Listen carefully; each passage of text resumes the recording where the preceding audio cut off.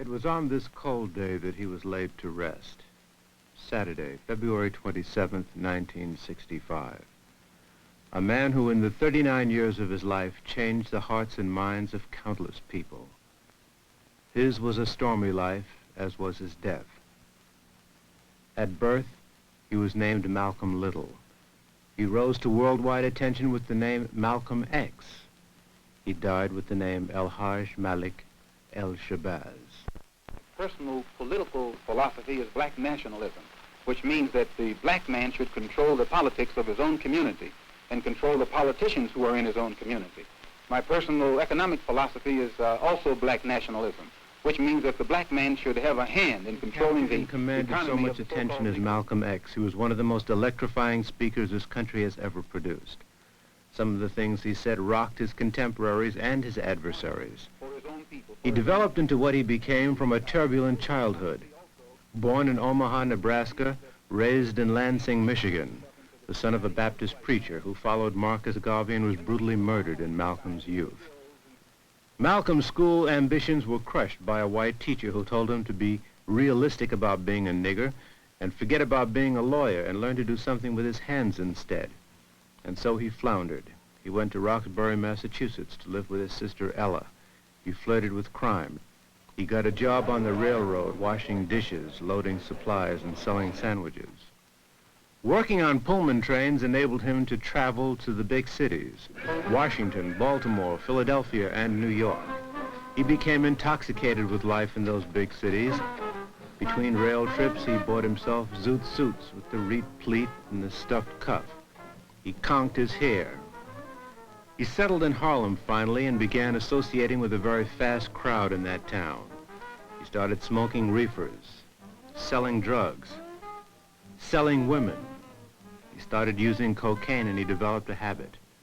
He drifted lower and lower and he was finally arrested on a robbery rap. In January of 1946, at 21 years of age, he was sentenced to 8 to 10 years in prison. Big Red, as he was known, started his life in the Charlestown State Prison. It was the same year that Jackie Robinson was becoming the first black man to play Major League Baseball, an event that Malcolm and his fellow inmates celebrated behind bars.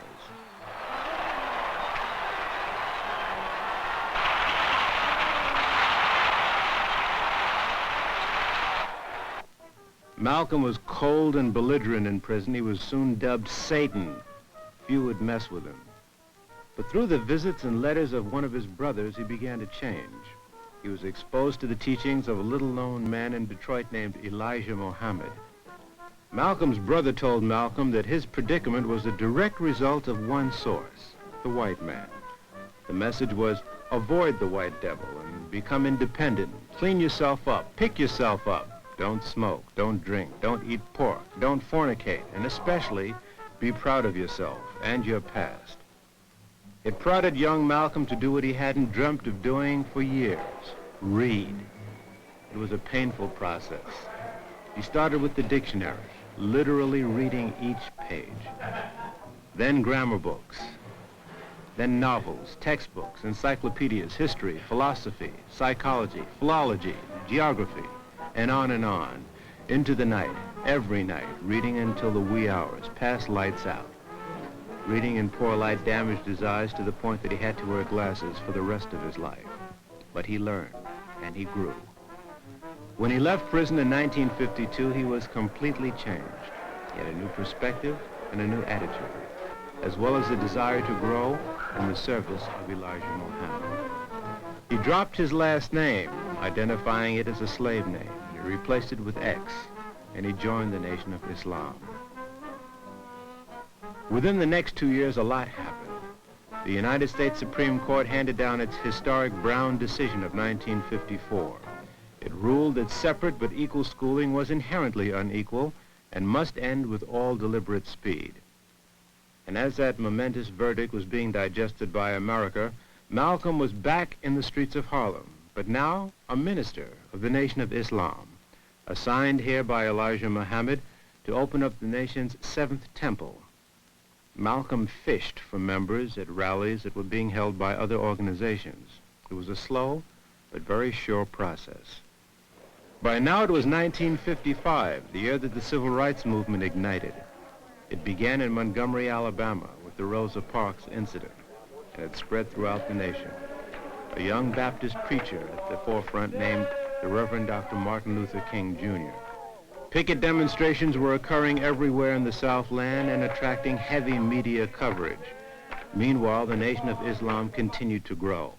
Malcolm was now Elijah Muhammad's national organizer and spokesman. He organized bazaars to attract new members and raise money.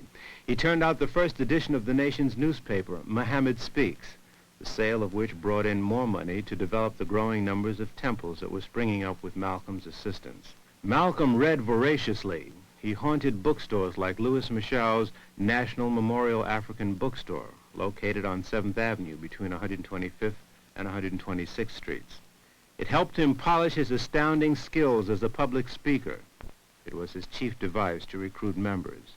It also helped him to deal with the news media that had begun to take notice. Abraham Lincoln tricked the so-called Negro into thinking that he was free, and when you read some of the books that were written by the so-called Negro historian J.E. Rogers, one of his books, God, the Africa's Gift to America, he points out plainly how Abraham Lincoln did nothing but trick the Negro, fool the Negro, and use the Negro, the same as every other politician who has been in the White House has been tricking and fooling and using the Negro as a political football ever since America has been America. The picket demonstrations in the South continued to escalate, and so did the development of the Nation of Islam, developing particularly in Harlem, where large crowds were now turning out to hear this fiery young man who had an extraordinary way with words and ideas. He sometimes spoke for hours, extemporaneously, but the attention of a standing crowd never faltered. Our desire, our prayer, that we can have a peaceful, intelligent rally here this afternoon. But at the same time, we see that they have surrounded us with many of their own agents in uniform and out of uniform who have spent much time here in Harlem posing as peace officers and at the same time breaking up the peace of black people. So we hope that they will be peaceful and we will be peaceful. Those of you who think that we are here to tell you to love the white man, you have come to the wrong place. And those of you who think that you perhaps came here to hear us tell you to turn the other cheek to the brutality of the white man, I say again, you came to the wrong place.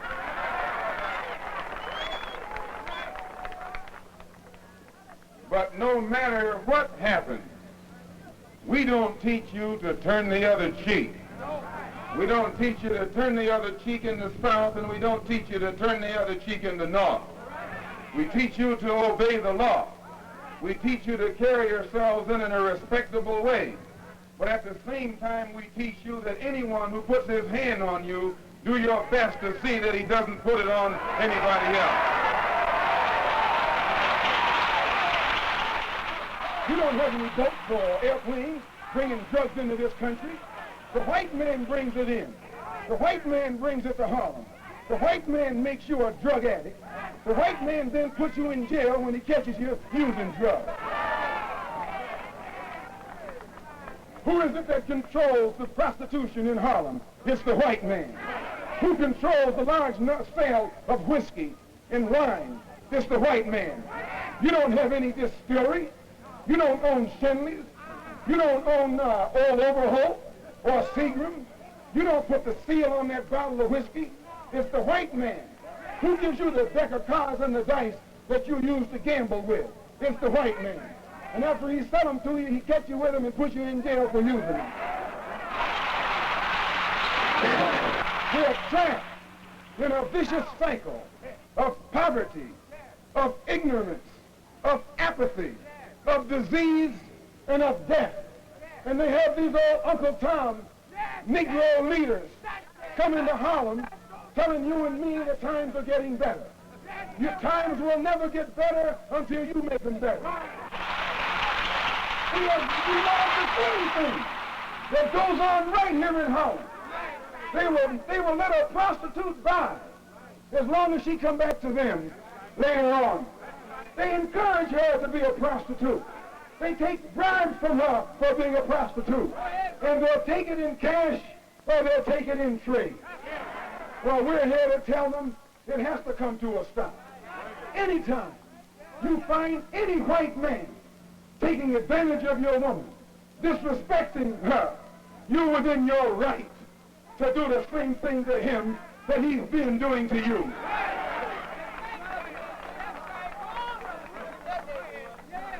You can't take a white woman in a white neighborhood. You can't grab a white woman in a white neighborhood.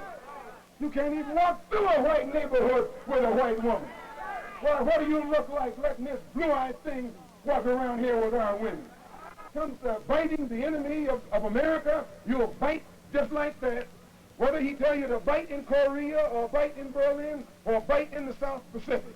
As soon as he says stick 'em, you'll bite anybody he points the finger at. But right here in this country, under your nose, with two-legged white dogs, sticking four-legged dogs on your and my mother, you and I don't know how to bite. Sticking dogs on your and my sister, and you and I don't know how to bite. Sticking dogs on our children and dogs on our babies, and you don't know how to bite. You can't bite nor bark until the white man say bark or bite. In the South, you are segregated by that dog. In the North, you integrated with this dog. And it's no different. I hope you're not getting too wet.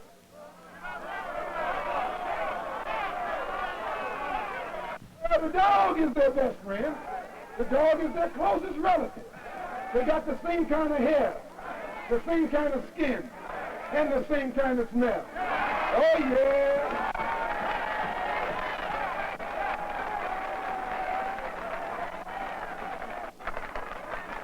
And Adam Clayton Powell knows it. He knows you can send him to Washington or you can send him to Puerto Rico. And because he knows it, he speaks with a loud voice, like a black man. And when he speaks with a loud voice like a black man, the white man calls him a racist. Says he sounds too much like a Muslim.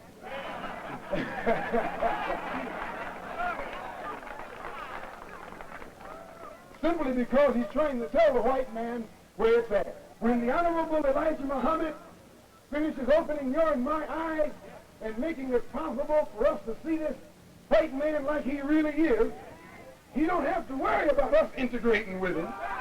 We don't want to be around that old pale thing.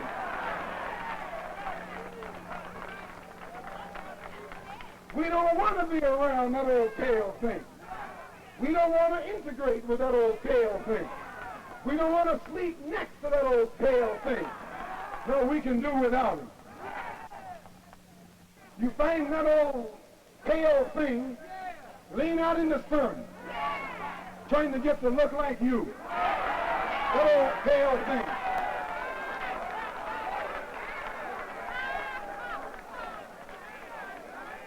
You find him using man tan, trying to look like you.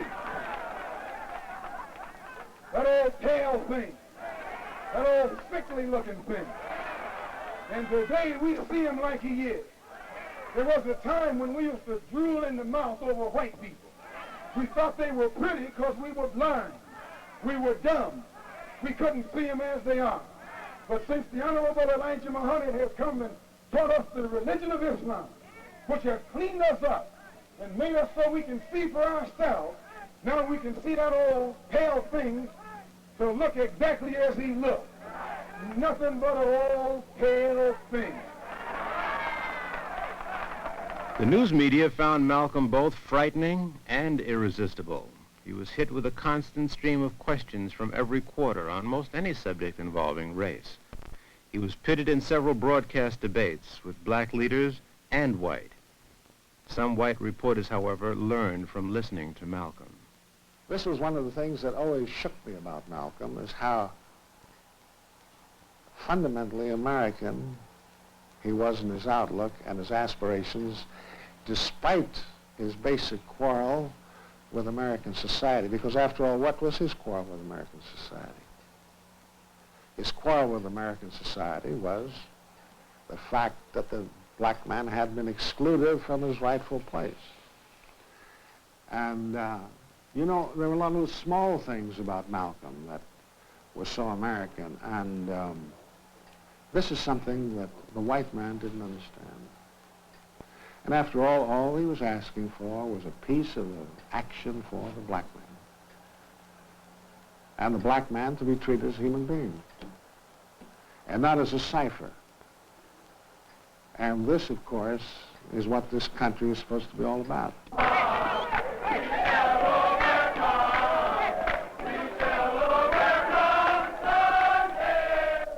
Malcolm's fury was directed at the same enemy that Dr. King's movement in the South was attacking, white racism. But they had different ideas about dealing with the violence of whites upon blacks. Well, I made this clear over and over again that my staff is absolutely committed to nonviolence. We have taught it, we have preached it, we have not encouraged violence at any point. We are not Great respect and admiration. One who has the nerve to tie his own hand and then walk out and let a brute brutalize him. I have to respect him because he's doing something that I don't understand. What he's doing is beyond my power even to comprehend. It would be equivalent to putting handcuffs on me and putting me in the ring and telling me to fight Cassius Clay or Sonny Liston non-violently. I don't think I could do it. And whoever could do it, I'd have to, power to you. But all I'm saying, sir, is this. Whenever you're dealing with an enemy, there must be some dialogue. You have to be able to communicate. You can't, and the medium of communication usually is language. You must speak the language that the other person understands. If you're speaking to someone who can speak only French, you can't speak German to him, or Italian, or Swahili. You have to speak to him in the language he understands. When you're in Mississippi, speaking the language of morality, or the language of nonviolence, you're not communicating. You're talking a language that they don't understand. The two men stated widely different goals. Dr. King stated the determination to overcome racism and become integrated with white America. Malcolm said the Nation of Islam had opposite desires. We have no desire to integrate with a race of people who are cruel enough to stick dogs on women, children, and babies. Please. We don't want to have anything to do with any race of dogs, two-legged dogs, that will stick four-legged dogs on innocent, harmless women, children, and babies. Mass media had by now labeled the Nation of Islam the Black Muslims. When John F. Kennedy became president in 1960, Malcolm had attained national stature. Everywhere the Muslims went, the police were sure to go, with reporters not far behind. They called whites devils. They said they wanted to separate from them and be independent. The Muslims openly admitted that many of their number were rehabilitated criminals and drug addicts. All of this made them most intimidating. And yet they were peaceful and law-abiding, taking special pains to be courteous to police. But several police agencies were watching the Muslims closely. The U.S. Justice Department also had them under surveillance. Attorney General Robert F. Kennedy admitted it. Well, I would say generally throughout the country, because of the pronouncements of some of their leaders, it's a matter that we are watching for any violation of the law, of the federal law. It's a matter that is being watched at the present time in the Department of Justice. In January of 1963, a few Muslims were arrested while selling newspapers and charged with brutality against police. Malcolm led a quiet vigil outside the Manhattan Criminal Court building at 110 Center Street, and he reiterated his position to the press on their right to self-defense, especially in these violent times. It's not a case of taking militant action against the police department. As I said earlier, we obey the law. We respect the law more than many of the police officers do. As Mr. Muhammad has reformed more lawbreakers, he has rehabilitated more Negroes with criminal tendencies than the police department itself has. And the Muslims in Harlem have done more to bring about respect of law and order than the police department in Harlem has. And I've had police officials in New York City at the top level admit this. So it's not a case of taking militant action against any police. It's a case of letting the police and anyone else who's involved know that we are human beings, we are men, and we will stand like men and defend ourselves like men. I understand that you were riding next to the president's car when the assassination took place. You did not see the person who fired the shot? No, sir. It was back over my right shoulder. In the wake of the tragedy, Malcolm was among the many national figures who were sought after for reactions to the assassination. Malcolm said it was a case of the chickens coming home to roost. Many misinterpreted the remark and were outraged.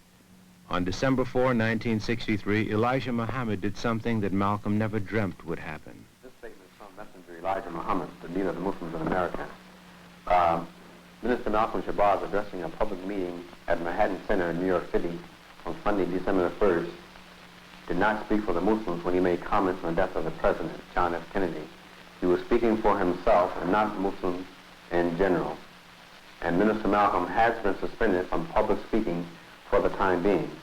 Mr. Muhammad's correct statement on hearing of the death of the President was as follows: "We with the world are very shocked at the assassination of our President, and the nation still mourns the loss of our President."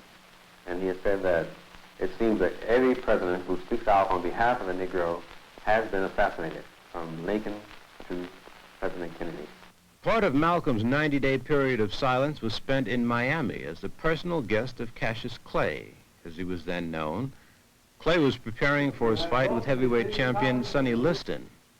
Clay would beat Liston and become world champion, and then stun the world the following day by announcing that he had become a follower of Elijah Muhammad.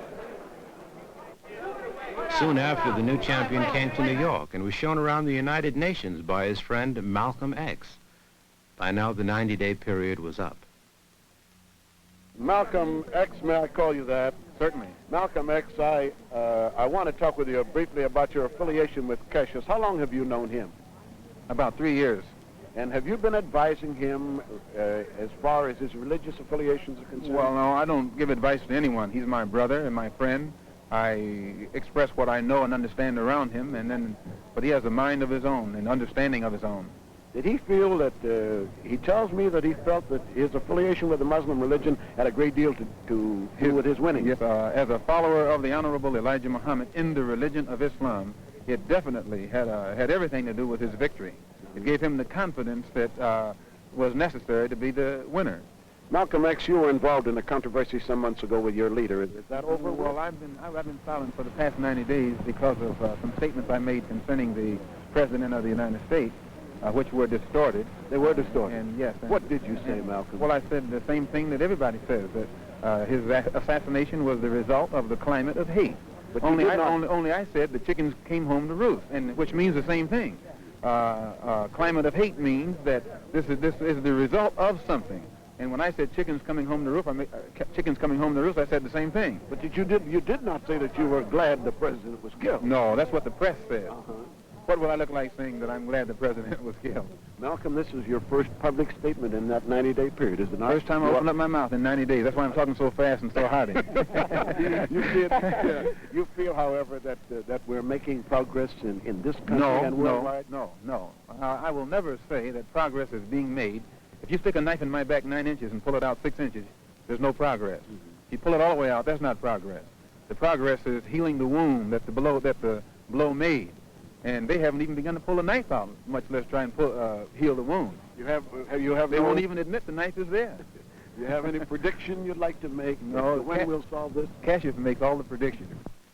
But there was no word from Chicago, Malcolm said. Everything I and know, as the days I was wore taught by on, the Honorable Malcolm came to a momentous decision. During the 90 days that I've been silent, I have come to the conclusion that I can best help spread the solution and the diagnosis that the Honorable Elijah Muhammad gives of the so-called Negro problem in this country by continuing to remain out of the Nation of Islam and working on my own without restriction in the way that I think I best know how.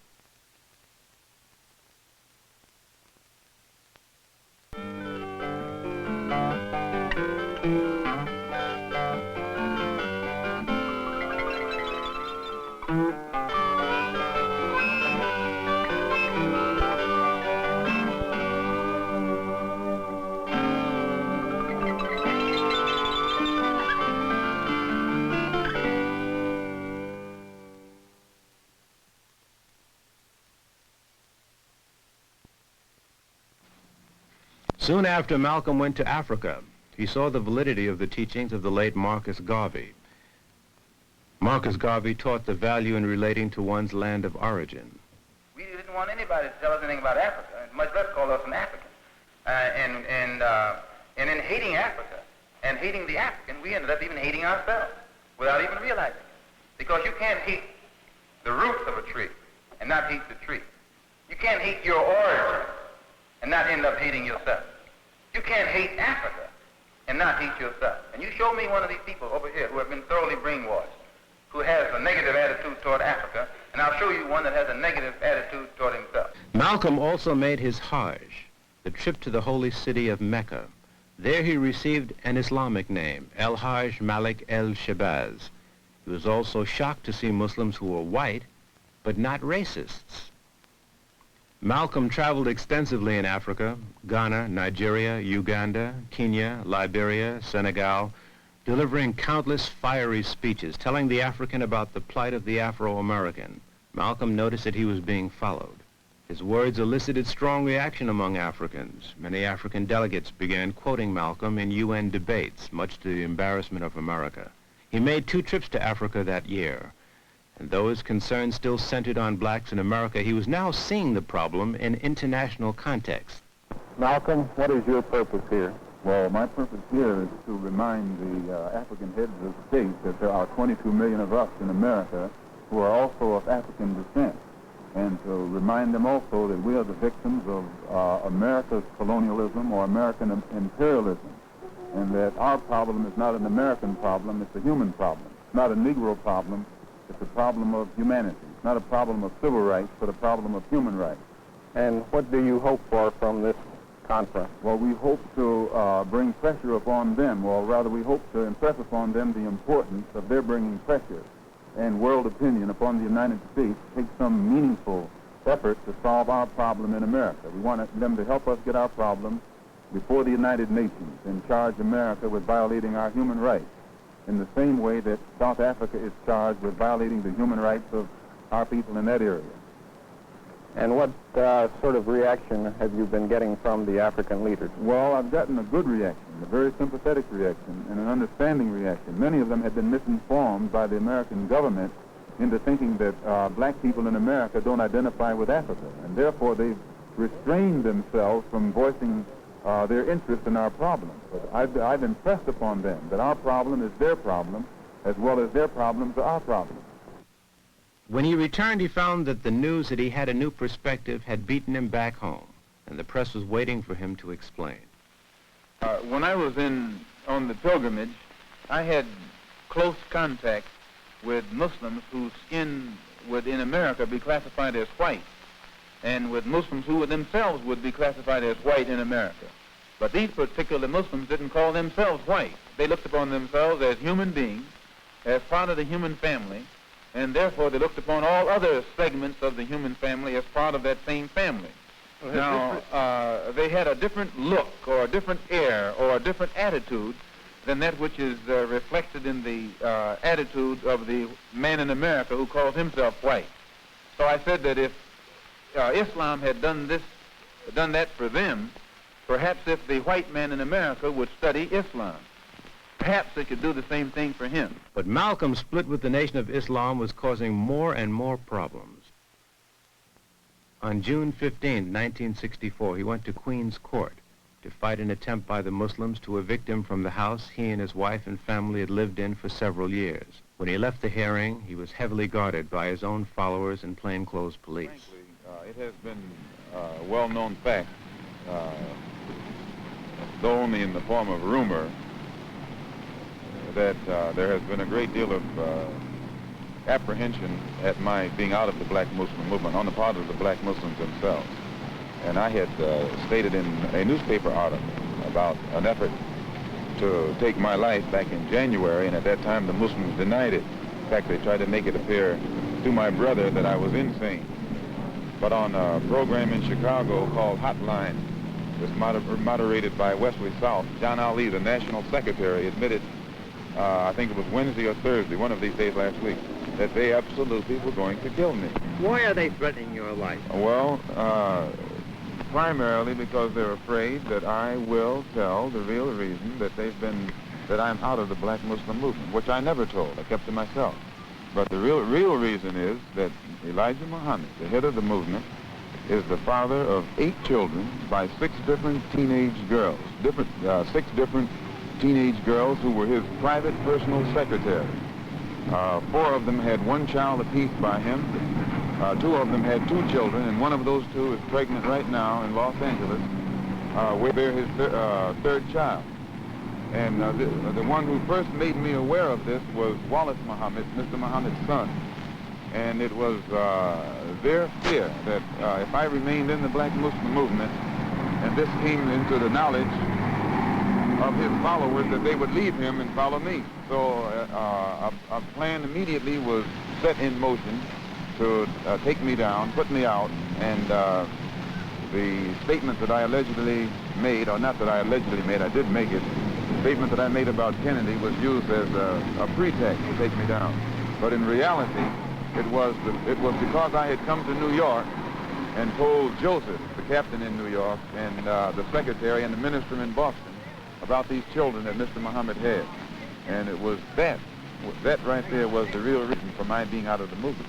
Did you get out of the... What steps will you take to protect yourself from this threat? I take no steps. I have a rifle. If anybody comes to my house without a good reason, I intend to try and use it, and that's all. A few days later, Congress passed the Civil Rights Bill barring discrimination in education. Malcolm had this reaction in the schoolyard of IS 201 in Harlem. I'm going to use to prove that you can use new legislation and change the conditions that our people face in the South. So instead of legislation, in my opinion, it takes education.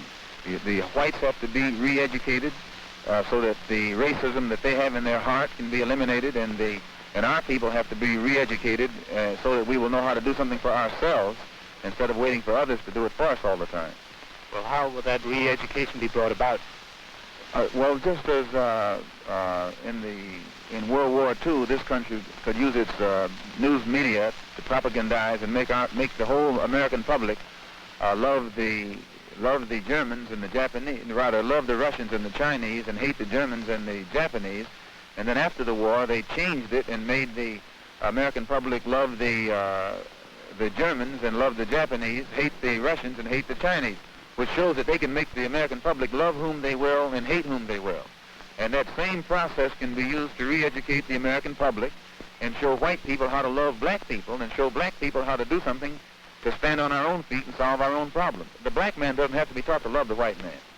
The white man has to be taught to love the black man. Or at least, do you think the Civil Rights Bill, when it's passed, is a sign of better times for Negroes in this country? No. As I said before, the legislation won't solve our problems. New York City has all of the laws. It has FEPC. And still there's job discrimination in this city. Laws doesn't solve, that type of law doesn't solve the problem. And it's the same with education. It's the same with the segregated educational system. It exists here the same as it exists in the South. Now, the law here is on the side of an integrated school system, but you still don't have an integrated school system. What do you think of Senator Goldwater's stand on the Civil Rights Bill? Well, he's probably being more honest than the other politicians are. Even though his stand is the wrong stand, and it's an unjust stand, still he's being more honest than the other white politicians are. I don't think that in his heart, Lyndon B. Johnson's stand is any different from Goldwater's stand. Lyndon B. Johnson is taking a stand that is for political expediency. And it's the same with all of the so-called liberal element. It's political expediency, politics. As the winter of 1964 began, Malcolm kept up a brutal pace, speaking at scores of colleges, traveling from state to state, and developing his 2 organizations at the same time. Outside Barnard College, en route to making a speech, he was asked about the Muslims. He says there are probably less than 7,000 members now in the Muslim. Well, it has fallen apart. No, thank you. It has fallen apart. And dissatisfied black Americans are now free to participate into the full swing of the struggle that's going on in this country, and I think it will be inclined to step up the tempo. Are they in your movement here? Every movement. On February 4th, 1965, Malcolm came to Selma, Alabama, in the thick of Dr. King's voter registration drive. Dr. King had just received the Nobel Peace Prize in December, but he was arrested in this Marion County drive. Dr. King, the apostle of peace, would die violently in 4 years. Malcolm was invited to speak at Brown's Methodist Church in Selma by the Student Nonviolent Coordinating Committee. Mrs. Coretta King spoke and sat next to Malcolm at the dais. She said later that Malcolm told her that he wanted to work with, not against her husband. Then Malcolm addressed the audience. You have to read the history of slavery to understand this. There were two kinds of Negroes. There was that old house Negro and the field Negro. Hold the light higher. And the house Negro always looked out for his master. When the field Negro got too much out of line, he held them back in check. He put them back on the plantation. Like people like me talked to the slaves. They didn't kill him. They sent some old house Negro along behind him to undo what he said. Because he lived better than the field Negro. He ate better, he dressed better, and he lived in a better house. He lived right up next to his master in the attic or the basement. He ate the same food his master ate and wore his same clothes. And he could talk just like his master. Good diction. And he loved his master more than his master loved himself. That's why he didn't want his master hurt. If the master got sick, he'd say, "What's the matter, boss? We sick?" He was sick.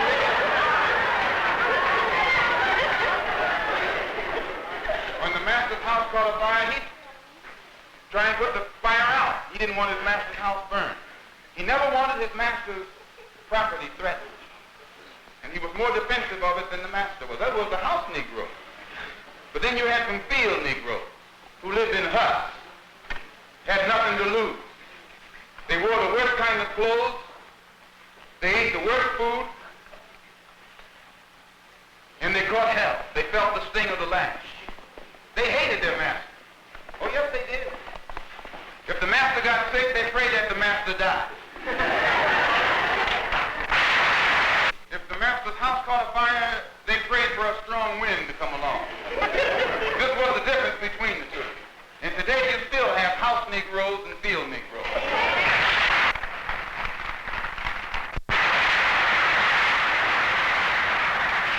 I'm a field Negro. If I can't live in the house as a human being, I'm praying for a wind to come along. If the master won't treat me right and he's sick, I'll tell the doctor to go in the other direction. But if all of us are going to live as human beings, as brothers, then I'm for a society of human beings that can practice brotherhood. To investigate criminal organizations such as the Klan, then you and I are within our rights to wire Secretary General Usar of the United Nations and charge the federal government in this country behind Lyndon B. Johnson with being derelict in its duty to protect the human rights of 22 million black people in this country. And in their failure to protect our human rights, they are violating the United Nations Charter, and they are not qualified to continue to sit in that international body and talk about what human rights should be done in other countries on this earth. But before I sit down, I want to thank you for listening to me. I hope I haven't put anybody on the spot. I'm not intending to try and stir you up and make you do something that you wouldn't have done anyway.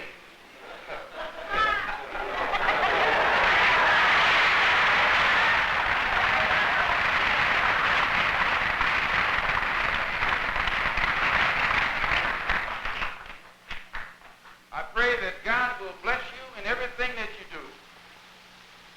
I pray that you will grow intellectually so that you can understand the problems of the world and where you fit into in that world picture.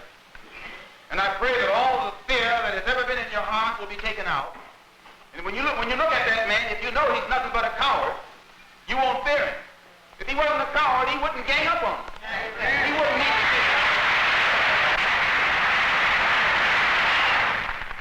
His East Elmhurst house was bombed 10 days later on February 14th. He and his family were asleep when the bomb struck at 2:15 a.m. Miraculously, they all got out of the house unharmed. No one was ever caught for the deed. Malcolm had 8 days to live. He raised his hand and Muslim greeting, so, Salam Alaikum. At that point, I heard a rumbling behind me, and I'm sure everyone else did too, and I turned around in my seat to see what it was. And then we saw, I saw two guys standing up, and the next thing, my next impression, it all happened very rapidly, as you can understand, is of the gunshots. And I saw Malcolm had his hand up. He said, stay cool, stay calm, or something like that. And just then the gunfire went off, and his hand was up. I remember this. I turned around quickly, and the next thing I saw was Malcolm falling back in a dead faint. Right after that, of course, like everybody else, you know, chairs were being knocked over. There were screams. Everybody was in a mad confusion. I dove for the floor and scrambled behind a rampart on the side. My first impression was, of course, as a reporter, is, you know, to get to a telephone and file my story. And I started crawling towards the back of the auditorium, and I incidentally saw a guy running out, evidently one of the perpetrators running out, and he was shooting like a cowboy all over the place. And of course, the shots were going off wildly. And after that, there was pandemonium in the place. Well, we have two suspects in custody now. Where were they arrested? Who fired the shot? I wouldn't know that at this time. Where were they arrested, sir? One of these men was arrested on the street by one of our patrolmen close by. There were no police at this meeting, were there, Inspector? There were no uniformed policemen assigned inside this ballroom. What about the skirmish that apparently took place before? What has that got to do with the apparent killing? It might have been a diversionary tactic. The next day, Betty Shabazz claimed her husband's body at the New York Medical Examiner's office.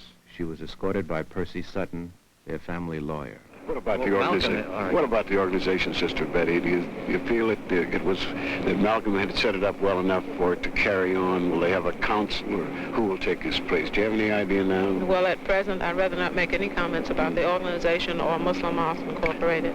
I know it's a little personal, but you have the children to consider now. Yes. What can you see for it now? Any plans at this time? Now, may I just interrupt you to say that, yes, she has children now. She has 4. Yes. The interesting thing is that she is now in the first month of a new pregnancy as well. And I think you ought to know also that, striking back to the question of the bombing of his house, he not only was without insurance, was without any money at all. And they tried to say that he was getting money from China and places of that sort, which was ridiculous. What are your plans then for the future? It's rather ironic that you had planned to meet with him this coming Friday, have you, Mr. Sutton? Malcolm was to make a will this Friday. Yes. Thank you very much, Mrs. Shabazz. Thank you. In Chicago, police kept Elijah Muhammad under heavy guard. We had not, as I said, never resorted to no such thing as violence. Way I see it, Malcolm is the victim of his own preaching. He preached violence, and so he became the victim of it. Would you say flatly that no black Muslims were involved in the shooting of Malcolm X? I wasn't there, but I don't believe that any of my followers had nothing to do with it at all. Because we don't even know this person. Who do you think might have done it, and who would have had reason? I don't know. I have no knowledge of it. Are you in fear of your own life? No, sir. At 2 o'clock that Monday night, a fire ripped through the Harlem Mosque number 7 at 116th Street and Lenox Avenue. The mosque was under police guard, but no one was seen. No one was captured for committing the act. Well, about 2:15 a.m., a terrific muffled explosion occurred, at which time the glass was blown out onto the street, and the fire started on the 4th floor of 102 with 16th Street. The executive director of the National Association for the Advancement of Colored People, Roy Wilkins, visited the White House that following day and discussed the murder of Malcolm X with President Johnson. Did you talk to the president about the feud between the black Muslims and the black nationalists? No, we didn't discuss that, although there was a passing reference to who might have killed Malcolm X, but it was very passing and very brief. Could you give us your feeling on that feud, sir? Well, I don't know about it. All I can say is that it appears to be, from what the New York City police have uncovered thus far, it appears to be a feud within the Muslim movement. Now, it might not be, and it's too early yet for me to make a statement, since I'm not a captain of detectives or anything of that sort. Or else do you think it might be? Well, it's been suggested that there might be some international intrigue here because of Malcolm's travels to the Far East, his contacts with Nasser, his contacts in Africa. I don't know. I didn't know about Malcolm X's travels. I don't know what he said to the people. I don't know what alliances he might have had. So I don't feel competent to say that there was an international flavor to this thing.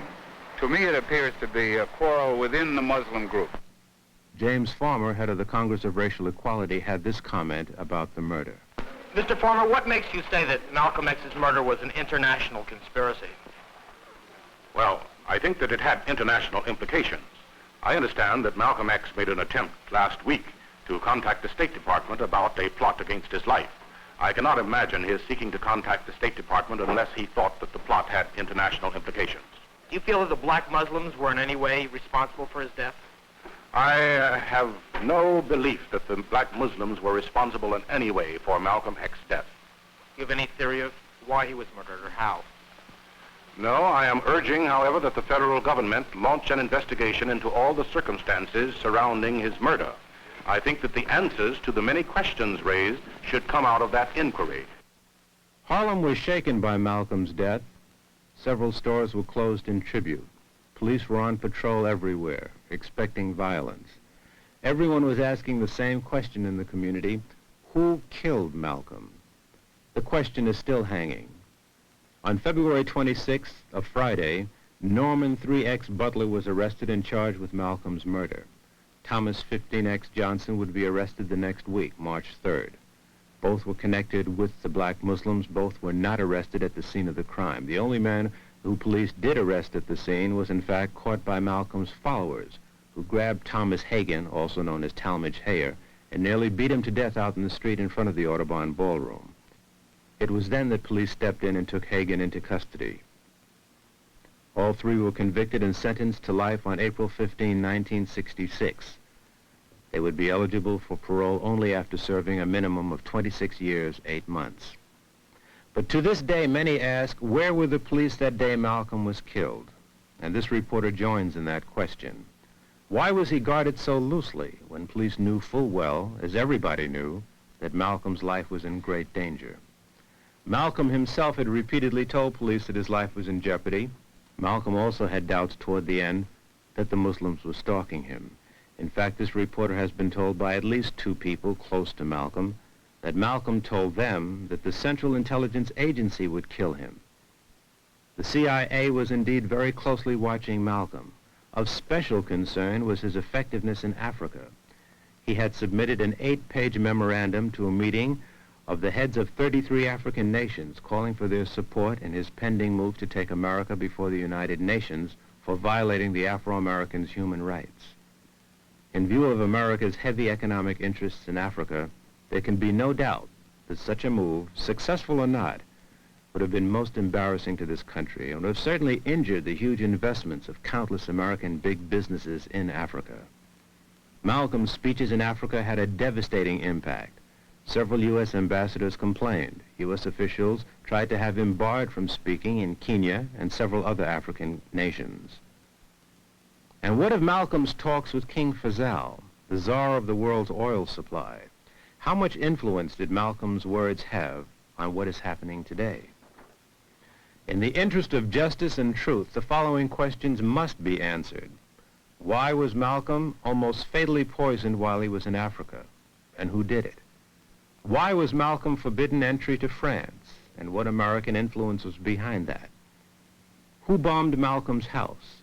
And why has no one been caught? Why were police so lax, almost casual, in their actions that fateful day at the Audubon Ballroom? Eyewitnesses to the murder say that there were more than 3 assailants. Why haven't they been sought or caught? And who burned the mosque? Why hasn't anyone been caught for that deed? In view of disclosures recently of criminal actions by the United States government and the police, from the office of the President on down, nationally and internationally, it is not at the least unreasonable to demand answers to these questions. At 20 minutes after 9, Saturday morning, February 27th, the Faith Temple of God in Christ on Amsterdam Avenue and 150th Street opened its doors for the funeral of El-Hajj Malik El Shabazz. Relatively few of the 6,000 persons who were estimated there could get into the church. Ossie Davis, a friend of Malcolm's, delivered the eulogy. Here, at this final hour, in this quiet place, Harlem has come to bid farewell to one of its brightest hopes, extinguished now and gone from us forever. For Harlem is where he worked and where he struggled and fought.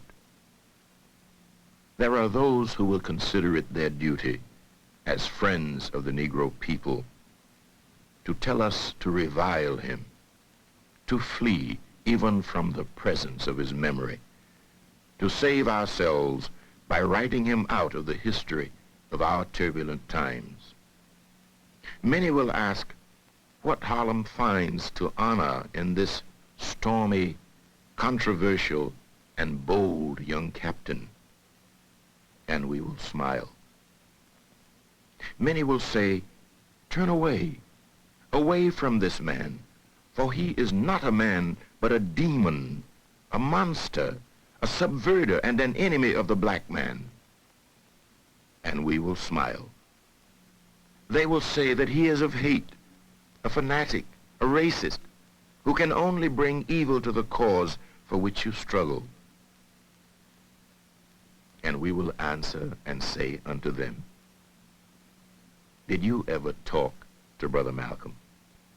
Did you ever touch him or have him smile at you? Did you ever really listen to him?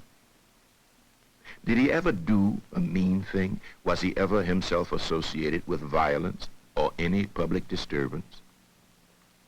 For if you did, you would know him. And if you knew him, you would know why we must honor him. Malcolm was our manhood, our living black manhood. This was his meaning to his people. And in honoring him, we honor the best in ourselves. However much we differed with him, or with each other about him and his value as a man, let his going from us serve only to bring us together now.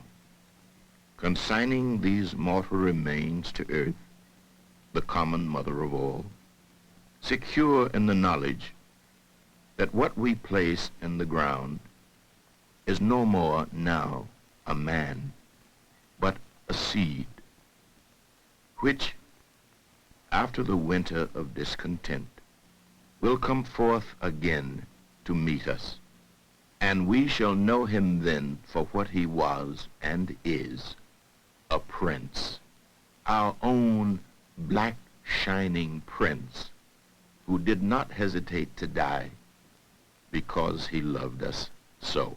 Anytime you beg another man to set you free, you will never be free. Freedom is something that you have to do for yourself.